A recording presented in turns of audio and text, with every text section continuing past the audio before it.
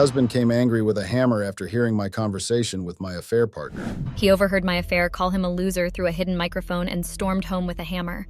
I never thought my life would turn into a story worthy of Reddit, but here I am, pouring my heart out to strangers on the internet. My name is Vivian, and I'm a 32-year-old woman living what seemed like the perfect life with my husband, Mark, who's also 32. We've been married for 6 years now, and while we don't have kids yet, we've been talking about starting a family soon. Mark and I met in college, and from the moment we laid eyes on each other, I knew he was the one. He was charming, ambitious, and incredibly supportive. It was just your typical love story. We spent hours chatting about our dreams, laughing like crazy and falling hard for each other. Fast forward a bit, and we decide to shack up together. Found a cozy apartment downtown and started building our life. Those early days were a mix of excitement and challenges. Mark was hustling at his job, trying to climb the corporate ladder like there was no tomorrow. Meanwhile, I was doing the stay-at-home wife thing and making our place feel like home. A few years down the road, we decided to tie the knot surrounded by family and friends. Everything felt perfect, like we were on top of the world. But little did I know, my stupid mistake was about to rock our world in ways I never imagined. Years went by, and things were even better. Mark had soared up the corporate ladder, and our financial situation was pretty darn good. I was still holding down the fort as a stay-at-home mom, and things were going smoothly on that front too. But let me be real here, folks. With Mark's job keeping him crazy busy, I found myself feeling pretty darn lonely most of the time. Don't get me wrong, we cherished our time together.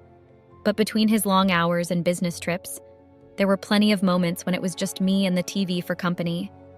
But I couldn't complain because that was the only downside to our otherwise perfect life. Well, you know how the story goes. Life was good, but somewhere along the line I started to get bored. I mean, don't get me wrong, I loved being a stay-at-home mom. Watching our beautiful home transform into a cozy nest, cooking meals for Mark, and having the freedom to pursue my hobbies. It was all great. But there comes a point when routine starts to feel like a prison, you know? Mark was out there, conquering the business world, while I was stuck in this suburban bubble, feeling like I was slowly fading into the background. I missed the excitement, the thrill of new experiences, the sense of purpose beyond just keeping the house in order. Sure, I tried to shake things up. I joined a book club, took up painting classes, even started a little side hustle selling homemade candles online. But no matter what I did, there was always this nagging feeling of emptiness, like something was missing from my life. And then there were the nights. The endless nights spent lying awake in bed, listening to the rhythmic sound of Mark's breathing beside me, wondering if this was all there was to life, wondering if I was destined to spend the rest of my days trapped in this suburban purgatory, yearning for something more. I should have talked to Mark about how I was feeling, about the loneliness that gnawed at me day in and day out. But I didn't want to seem ungrateful. After all, Mark was trying his best. He was busy, sure, but on the few times and days he was home, he always made sure to devote his total attention to me. His hugs were warm, his kisses tender, and his laughter infectious. Even when he was buried under a mountain of work at the office, he never failed to call, just to check in and make sure I was okay. It was those little gestures that kept me going, that reassured me that no matter how busy life got, I was still his top priority. But despite his efforts, the loneliness lingered, a constant companion that refused to be ignored. And little did I know, it was about to push me into making a grave mistake. That was when I met Jackson. Jackson was the plumber. I had honestly never met him before, but we had a little issue and my husband had to call him in. Of course, my husband was busy. So I was the only one at home when Jackson came. He arrived with his toolbox in hand, a friendly smile on his face that instantly put me at ease. I couldn't help but notice how attractive he was, with his rugged good looks and easygoing charm. It was a stark contrast to the suits and ties of the corporate world that Mark was always clad in. As he went about fixing the issue, we struck up a conversation. Jackson was easy to talk to, and before I knew it, we were laughing and joking like old friends. It felt good to have someone to talk to, someone who wasn't wrapped up in their own world of deadlines and meetings. But as much as I enjoyed our conversation, there was a part of me that couldn't shake the feeling of guilt gnawing at my insides. Here I was, enjoying the company of another man while my husband was out there, working his butt off to provide for us. I brushed off the feeling, chalking it up to harmless flirting. After all, it wasn't like anything would ever come of it, right? Jackson was just the plumber, a passing acquaintance who would soon be on his way. Little did I know that chance encounter with Jackson would set off a chain of events that would shake the very foundation of my life. Jackson fixed our sink real quick, and he was good at it too. After he left, I figured that would be the last I'd see of him. But then, I started bumping into Jackson all over town. Our town wasn't huge, but it wasn't tiny either. You know, the kind of place where you might see a familiar face at the grocery store, but not everyone you know every time. So it was kind of surprising to keep seeing Jackson around. The first time was at the grocery store, not long after he'd fixed our sink. I was pretty surprised to see him there, and even more shocked when he called out to me. But then I thought it was quite silly of me to be surprised. It was the grocery store, after all. Everyone came here to shop. I approached him, and we exchanged greetings. He flirted with me, even complimenting my hair and clothes. That made me smile, to be honest, because I had just done my hair, and my husband hadn't even noticed. But Jackson had noticed. I was flattered, of course. Jackson was very handsome.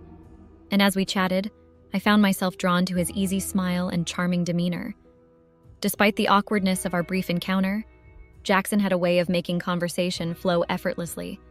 It was as if there was an invisible force pulling us towards each other, creating a magnetic connection that made it hard to part ways.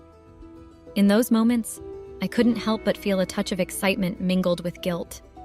After all, I was a married woman, and these feelings were entirely inappropriate and wrong. I mean, what would my husband think? Even though I hadn't physically cheated, wasn't that emotional cheating?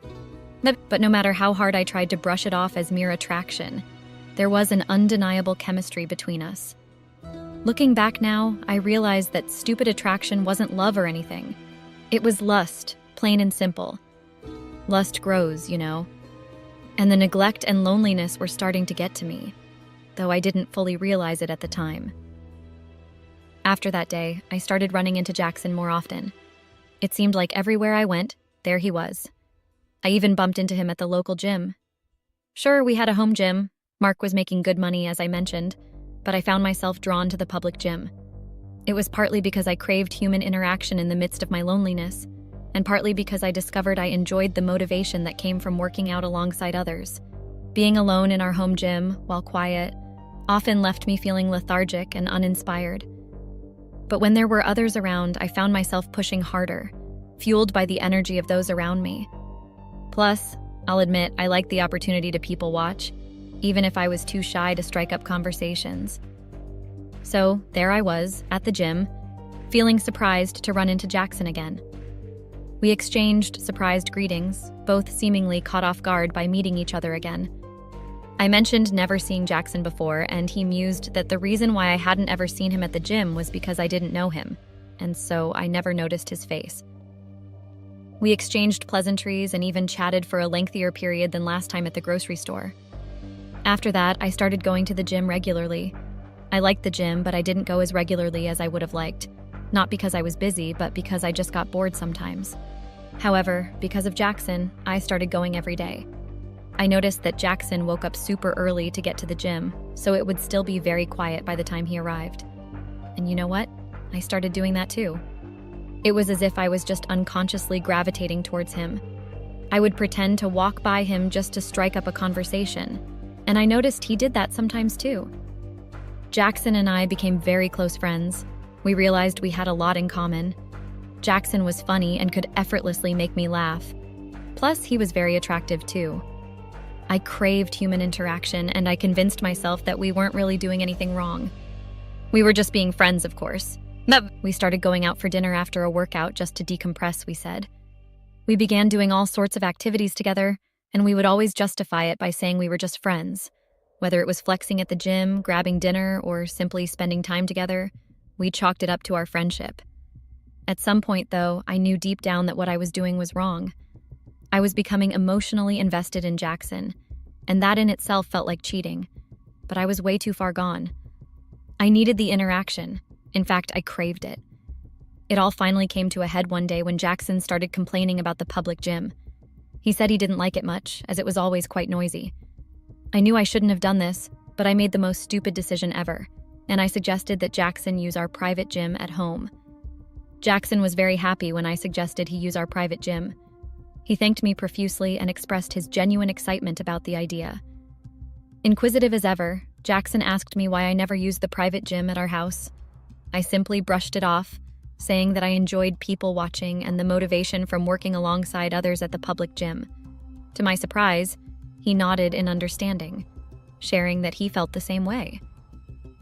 As our conversation continued, I mentioned that I would have to ask my husband for permission first. Jackson agreed, saying it was the right thing to do. Deep down, I knew my husband would never agree to it, but I needed a few more days to contemplate if I truly wanted to pursue anything further with Jackson. During our conversation, I noticed how impressed Jackson seemed by my husband, particularly his financial wealth. He expressed his admiration, saying he hoped to achieve the same level of financial freedom one day. I was flattered, of course. Even though I wasn't the one with the money, it still felt good to be admired. I had been with my husband for years, through thick and thin, and witnessing his journey from struggling to financially stable was indeed impressive. However, it was bittersweet. Along the path to financial freedom, it seemed like he had forgotten about me and our relationship. Returning home, I mulled over the conversation with Jackson. His excitement about using our private gym was very cute. I couldn't bring myself to tell him that my husband had said no.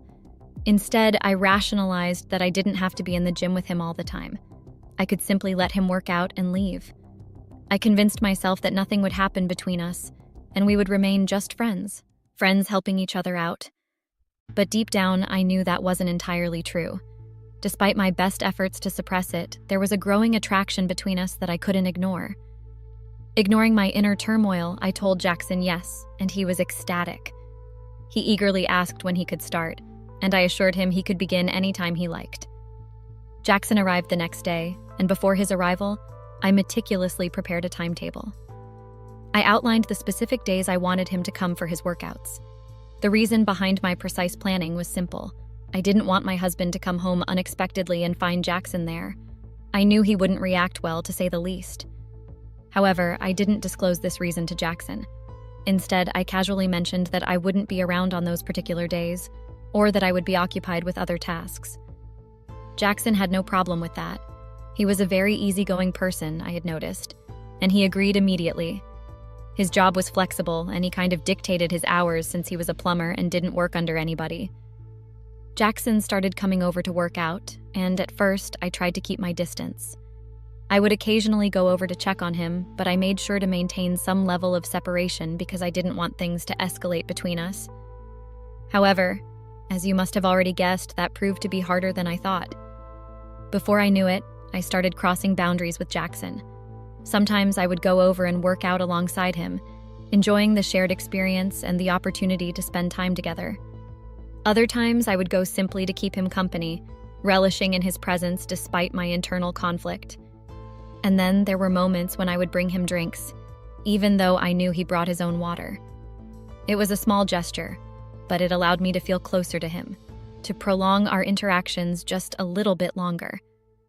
Plus, Jackson was very charming, and he even told me that he enjoyed our interactions. This went on for a few days, and I was even surprised that Mark hadn't noticed it at all. But I chalked it up to my skill at hiding it well. One day Jackson came over to work out as usual, but unlike other times, he didn't leave early. Instead, he said he wanted to stay and keep me company. Jackson and I talked at length and in depth. He mused about how lonely I must be since my husband was always away at work. Jackson observed that ever since he had been coming to work at our private gym, he had never once met Mark. He said that showed just how busy of a person Mark was.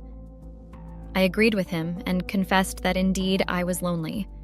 I explained to Jackson that my family lived in another state, and I had always been the quiet kid growing up, so I barely had any friends. While I was on good terms with my family, no amount of calls, video calls, or FaceTimes could ever replace seeing them face-to-face regularly. I tried my best to visit them, but it was usually only during holidays. Although they made efforts to visit me as well, Their busy work schedules limited their free time. Jackson and I continued chatting, and honestly, I cannot go into further details because it all happened so quickly. One thing led to another, and before we knew it, we kissed. It was as if every trace of desire and frustration in us was relieved right then. We became intimate right there on the couch. I had finally crossed the boundary I said I wouldn't. Of course, once the veil of desire had cleared from my eyes, I realized that what I had done was really wrong. I had cheated on my husband, the man I loved so deeply. Yes, I was attracted to Jackson, but my love for my husband ran much deeper. We had weathered storms together, and no one could ever replace him in my heart. However, I couldn't deny the intense satisfaction I felt after becoming intimate with Jackson. It was as if every frustration within me had been released.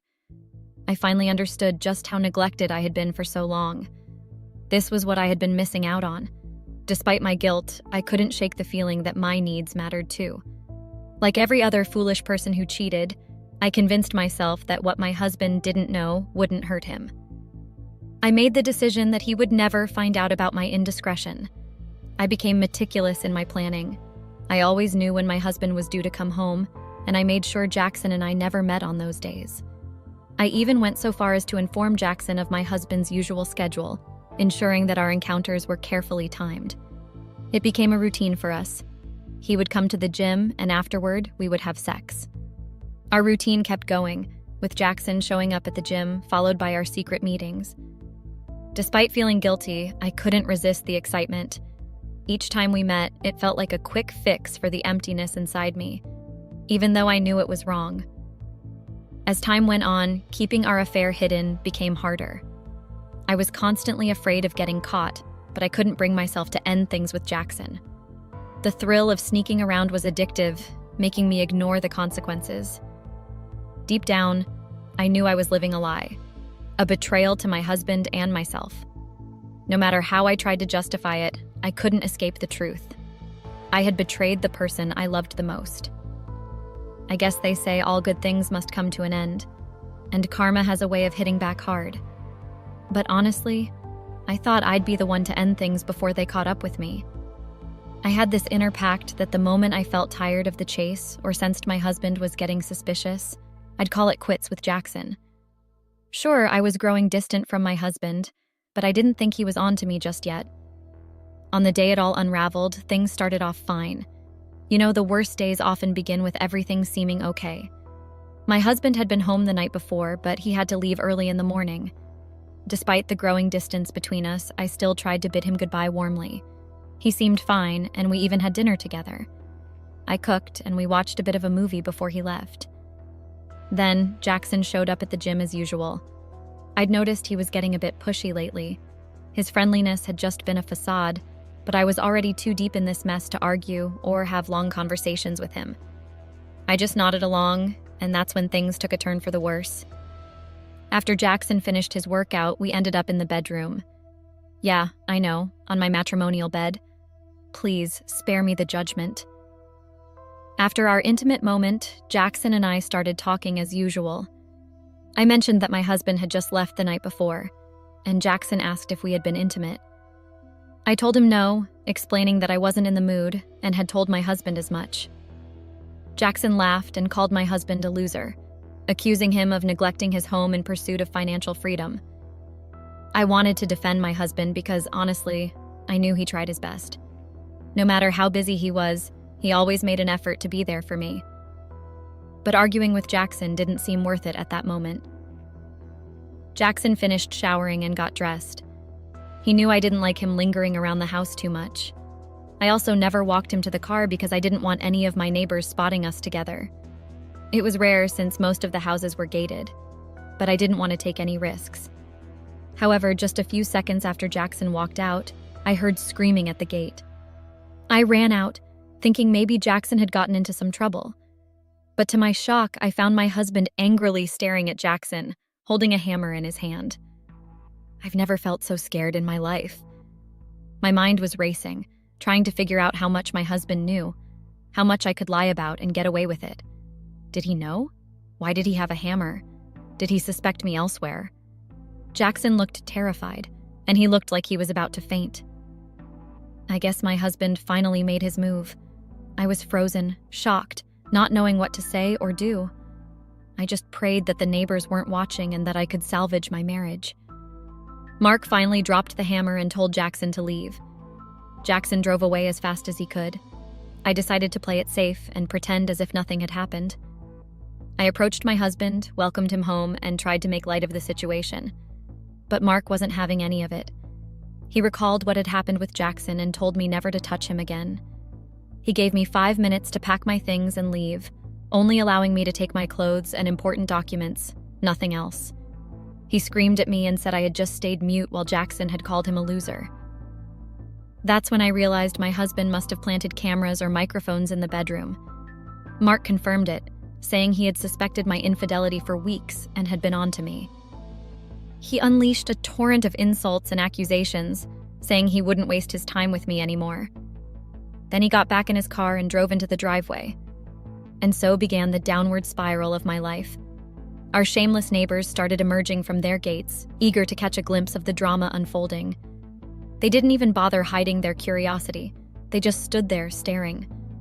I pleaded with Mark as soon as he stepped out of the car, but he wasn't having any of it. I begged, I cried, I did everything I could to salvage our marriage. I love Mark, and what happened with Jackson was just a misunderstanding. But he refused to listen, and it seemed like the more I tried to explain, the angrier he became. After a futile attempt to reason with him, Mark screamed that my time was up and started throwing my clothes out of the drawer. That was when I realized the severity of the situation. I had to leave. I begged for a few more minutes to pack, and then I hastily gathered my personal belongings and clothes. I held on to a sliver of hope that maybe I could come back and talk things out, but Mark quickly dashed that. He told me he was clearing our joint account and leaving me with just enough money for a few days in a hotel. He told me to go back to my parents and called me useless, saying I belonged on the streets. Of course, I was devastated and I continued crying. I reminded Mark that my parents lived in another state.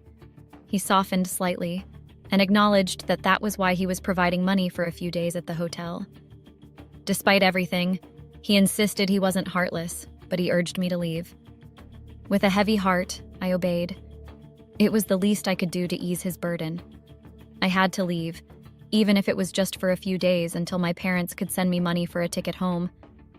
Mark made it clear we were getting a divorce, adamant that not even a divine intervention from heaven could change his mind. He vowed to send divorce papers to me no matter where I ended up, even if it meant sending them to the ends of the earth. And of course, Jackson blocked me so I couldn't go to him. I think Mark had scared him a little too much with the hammer. I assured him I wouldn't evade the divorce proceedings. I just didn't want to be homeless.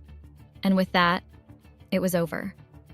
So I guess the moral of the story is, don't cheat. It will destroy you. And please, spare me your judgment. I know many of you have done far worse than I have. I've had plenty of time to reflect on my actions, and I know I was in the wrong. So, yeah, thanks for listening. Picture me as a young girl with long hair but an average face growing up in a poor abusive family. My family was the absolute worst. They never did anything to take care of me and my siblings. There were times we would go for days without eating. This obviously caused a lot of issues in my life growing up and even now. I was insecure and depressed. I was also bullied as a kid, so I was more of a loner than others. I didn't have many friends, not until my brothers came along. Their names are Jamie and Drew. They were my best and closest friends, and they still are. They would practically follow me everywhere and defend me from anybody that tried to hurt me. Growing up, I honestly thought it was something that I or my brothers did that made our parents dislike us and never take good care of us. But now I realize that some people are just horrible parents. Each person develops a maternal or paternal instinct and love for their child, but that instinct skipped my parents. It's not as if I'm trying to justify what I did, no. I know what I did was wrong, and no excuse will justify my disgusting actions. I regret what I did, and I hope that I might find some semblance of peace or something by posting on here. I'm married now, and my life was going great until I cheated on my husband and broke my family. You're probably wondering why I'm telling you all this, and you don't understand. So I'll start from the beginning. My name is Angela, and I am a 30-year-old woman, married to my husband Steve, a 32-year-old man. We've been married for 3 years now. We don't have any kids yet, but we were planning on having some soon. I want to tell you my story. I'm not a writer, so pardon me if there's any mistakes, but I'll make sure you'll understand what I'm telling you. This is my story, and I hope that by sharing it here, I'll not only find some respite, but also some people might learn one or two things from it and not make the same mistake I did. But first, let me explain so you understand. I'll start from the beginning of my married life. I met my husband when I was 21 years old in college. 9 years later, and I still remember that day like it was yesterday. I stepped into the busy college library. The air always smelled like old books, and everyone was engrossed in their studies. I was on a mission to find a philosophy book for an assignment, navigating through the tight bookshelves. As I reached for the philosophy book I needed, I accidentally touched another person's hand. Surprised, I looked up to see a guy with warm brown eyes. "Sorry," he said, smiling awkwardly, both of us letting go of the book at the same time. "No problem," I replied, nervously laughing. It was Steve, a fellow freshman. Our eyes met, and there was this weird connection. We started chatting about our classes, favorite books, and of course, the confusing world of philosophy.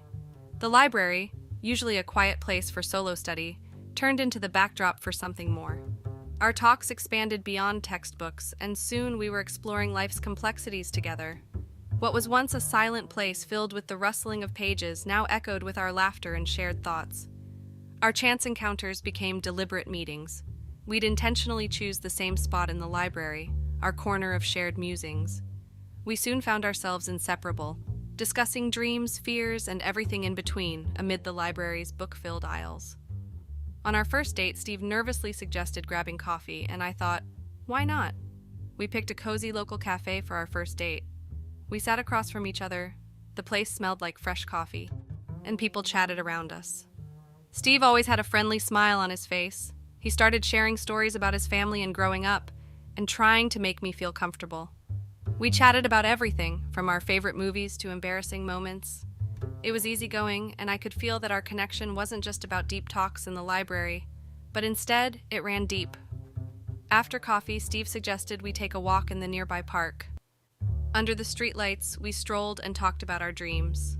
We found a bench, and that's when Steve admitted he played the guitar. I had noticed that he brought a guitar with him, and so I suspected even before he told me that he played. Curious, so I encouraged him to show off his skills. He pulled out his guitar, and suddenly, the park turned into our own little concert. After that, our relationship only grew more over the years. And a few years later, Steve and I decided we were ready to tie the knot. Our journey together had been filled with laughs, shared moments, and lots of love. We both felt that saying "I do" was the next natural step for us. After introducing each other to our families, it was clear that they were totally on board with our decision. They didn't just approve, they were excited to welcome us officially into each other's families. When it came to planning our wedding, we wanted something simple but meaningful. We found a cozy venue with an outdoor vibe for our small guest list of close friends and family. As we dove into the wedding prep, we worked together on everything, from choosing the food to creating a playlist that reflected our journey. We added personal touches, like a photo display of our college days and songs that meant something to us. The excitement built up as we thought about our vows, promises that really meant something to us. Invitations went out, and as the big day got closer, we were a mix of nervous and super excited. On our wedding day, we were surrounded by our favorite people. We exchanged our vows under twinkling lights and greenery. There were tears, laughter, and so much love. Our parents, who had seen us go from college sweethearts to this big day, were there cheering us on. To be honest, I hadn't even wanted to invite my parents, but Steve had made me as he said it was an important day in our lives, and no matter what, they would always be my parents. Either way, the celebration continued with dancing, toasts, and moments we'll remember forever. Looking around at our friends and family, it hit us that this day wasn't just about us. It was about everyone who had supported and shaped our love. After that, things only got better for us. My husband, Steve, and I lived in this 3-bedroom apartment which he bought, and I was really proud of him. After graduating from college, Steve eventually went through all the hurdles of medical school and then graduated and became a doctor, though I can't say where for the sake of privacy. I, on the other hand, became a part-time teacher. My days off on the weekdays were Tuesdays and Thursdays, while I worked every Monday, Wednesday, and Fridays. From someone who came from a very poor home, I would say this was a huge achievement for both of us, and I loved it. We were earning well and making very good money. The only issue we had were kids. Steve wanted kids, and I did too, but Steve felt like we weren't ready yet because he felt I had some issues I needed to work through. Growing up in an abusive and difficult home with my siblings had undoubtedly left its mark, but I believed I was fine and that therapy wouldn't really help. I had this skepticism about therapy, thinking it might be a bit of a scam, a money-making scheme exploiting people's problems. It's a common skepticism, but sometimes it's based on misunderstandings about what therapy really does. Life was tough for me growing up, and I knew it had left me with some issues that I never really dealt with. Steve, being caring and perceptive, noticed how my past could mess with our plans for the future. He wasn't being critical, he just wanted us to be rock solid before bringing kids into the mix. I was stubborn about getting professional help, thinking I could handle my problems on my own. Therapy felt like admitting defeat or saying I couldn't deal with my own baggage. Deep down, I kept telling myself I was fine and that therapy wouldn't do anything for me. But maybe that was just my way of avoiding the tough stuff. However, I really wanted kids. I had sworn to myself that I would never let my kids be treated the way I was treated, and that I would give them all the love, affection, and kindness in the world. That was never given to me or my siblings by my parents. In fact, I was desperate to have kids. I loved kids, but Steve would not relent until I had gone to therapy, so I decided to go just to get him off my back. Steve was so excited when I told him I finally wanted to go. In fact, he was there with me when I booked an appointment with the therapist, and the therapist was even recommended by Steve. I was to see the therapist on my next day off, which was a Thursday. On that day, I got dressed and left the house. Like I've said earlier, Steve was a doctor and he had to be on call and available regardless of if he was at work or not. That meant he was always busy, though he tried his best to make time for us. As I stepped outside to get to my car, my attention shifted unexpectedly to our new neighbor. A young guy, probably in his early 20s, caught my eye. He had this friendly, approachable vibe, and a genuine smile lit up his face. It was a refreshing sight. What really surprised me was his welcoming wave, and to my surprise, a playful wink accompanied it. I couldn't help but smile back, waving in return. It was a small yet sweet moment, a brief interruption from the thoughts swirling in my head. Leaving for therapy with that friendly exchange fresh in my mind, I couldn't help but feel a bit lighter. My neighbor was very handsome, and I couldn't help but wonder if he was single or not, or what if I was married to him and not Steve. Stupid, I know, but back there in my head it was just harmless fantasizing, or so I thought. Honestly, I walked into therapy with a mix of hope and nerves, thinking it might help me untangle the mess of my past. But the whole thing turned out to be a letdown. The therapist seemed more interested in assuming things about me than actually listening. Every time I tried to share something, they'd interrupt or jump to conclusions, like they had my whole life story figured out before I even said a word. It felt like they had a script in their head and were just going through the motions. As the frustration built up, I couldn't take it anymore. My hope for a helpful therapy session turned into anger, and I let out a few curse words, expressing just how fed up I was. Storming out of that office, I felt a mix of anger and disappointment. Leaving therapy, I started to wonder if it was even worth it. This experience made me question whether seeking help was the right move. It was a tough moment, realizing that not every therapist is a good fit. I knew I needed someone who would really listen, someone who respected my perspective, and that therapist was not it. I decided to talk to Steve about my therapy experience. I had already made up my mind that I couldn't continue with it. However, when I got home and shared my feelings, Steve's reaction caught me off guard. He refused to believe my frustration, twisting my words and making it seem like I was overreacting. According to him, storming out was unnecessary, and he suggested I should control my temper and give the therapist another chance. Frustrated and angry, I chose to keep quiet, knowing that arguing with Steve wouldn't lead anywhere positive. It felt like he wanted me to explode just so he could say he was right and reinforce his claim that I had anger issues. Internally fuming, I restrained myself from saying more. Despite my reservations, I reluctantly agreed to another therapy session to appease Steve. Unfortunately, the second round turned out to be even worse. The therapist continued assuming things and insisted I had anger issues, making me feel even more horrible. Unable to contain my frustration, I cursed at them and stormed out once again. Feeling disheartened, I came to the realization that maybe therapy wasn't the right path for me. The experience had left me feeling misunderstood and invalidated. I decided to take matters into my own hands, determined to deal with my issues on my terms and at my pace, even if it meant going through the process alone. After the disastrous therapy session, I was seriously ticked off as I stomped my way home, still no sign of Steve. My anger was pretty obvious. I slammed my car door and straight up ignored our new neighbor's friendly hello as I made a beeline for my front door. The therapy mess was still hanging over me, making everything feel extra bitter. Just as I was about to reach my front door, our persistent new neighbor, picking up on my anger, hollered at me. He surprised me by being kinda nice and a little flirty, suggesting that talking about what was bugging me might help. I tried to blow him off, but he wasn't having it. He kept at it, trying to chat me up and even pulled off some funny magic tricks that actually made me crack a smile. Feeling a bit weirded out, but also weirdly comforted, I figured there was no harm in ditching my plans to sulk alone at home, especially since Steve was still MIA and not yet back from work. Giving in, I headed back to Derek's place, my new neighbor. As we kept talking, I found out more about him. Turns out his name was Derek, and he lived solo.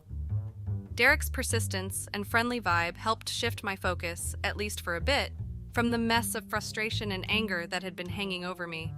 Back at Derek's place, I couldn't help but notice that his house was bigger and way better furnished than ours. My curiosity got the best of me, and I asked him straight up how he could afford all this. Turns out he was a trust fund kid. That made sense, as I had also previously noticed he had a cool car. Derek continued being a great host, keeping the vibe light and making me laugh. We discovered we had similar tastes in movies and books, sparking a few friendly arguments along the way. Derek even dared to boldly claim that the Hunger Games movies were better than Harry Potter. I strongly disagreed and stood my ground. Chillin' at Derek's place turned out to be way better than I thought. We were just vibing, chatting, and his easygoing style started growing on me. The more we talked, the more I noticed these little things about him that just made me smile. So, Derek suggests we watch a movie, and I'm like, sure, why not? As we kicked back for the movie, I started feeling something more. It hit me that the laughter, our shared interests, and Derek's genuine niceness were making me see him in a different light. I was low-key catching feelings for Derek, and it caught me off guard. I was a married woman in my early 30s, and here I was flirting with someone I barely knew who was way younger than me.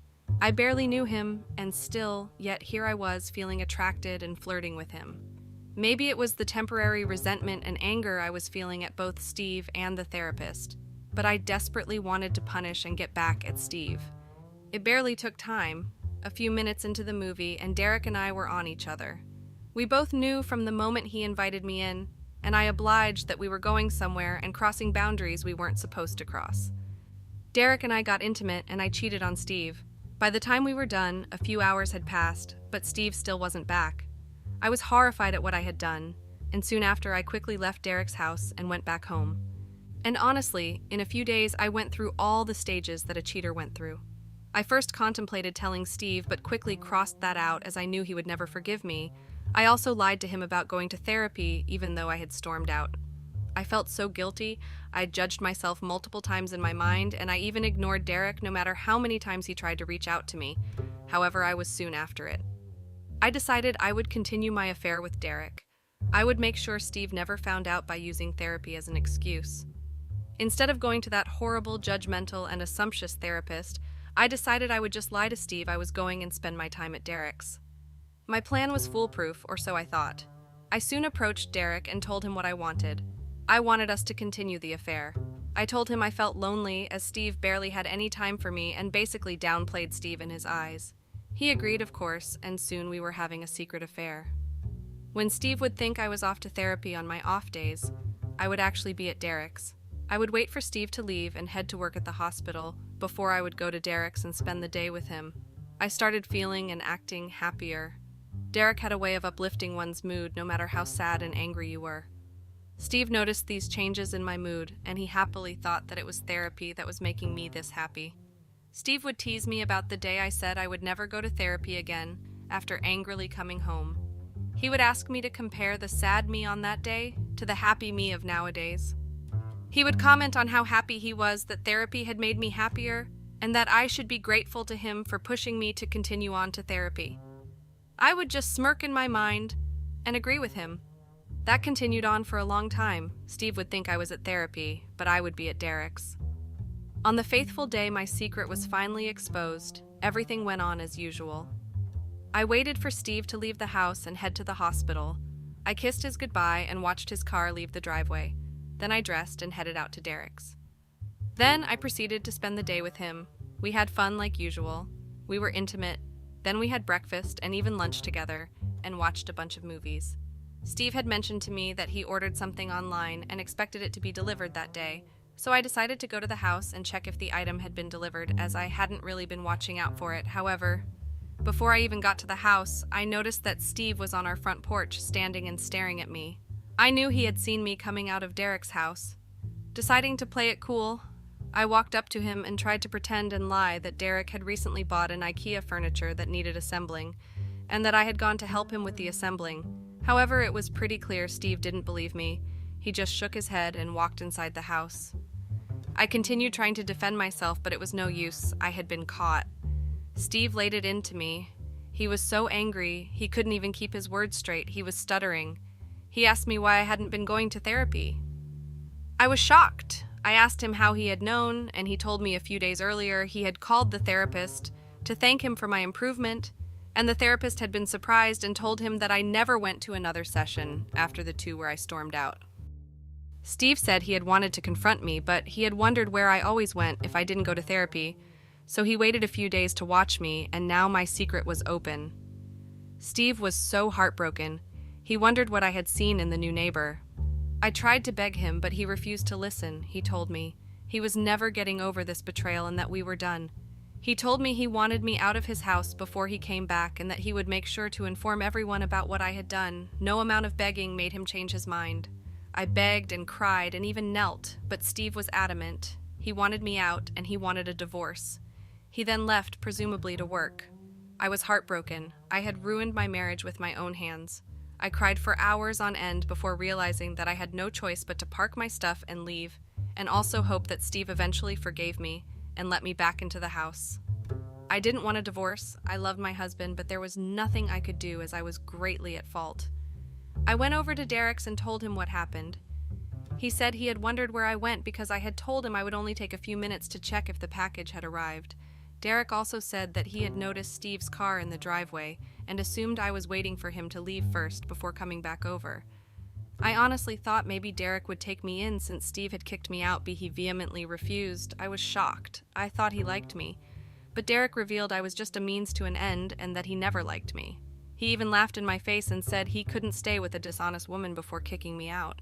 I was stunned. My heart had been broken twice in one day, and worst of all, I had broken and destroyed my marriage, all for someone who saw me as a means to an end. Soon enough, my phone started buzzing, and everyone was calling. Steve's parents called, and when they saw I wouldn't pick, they sent me insulting texts about how I should be ashamed of myself. Even my parents called, but I refused to pick. I was already in low contact with this, so I was even surprised Steve had called them and told them what happened when he knew I didn't like talking to them.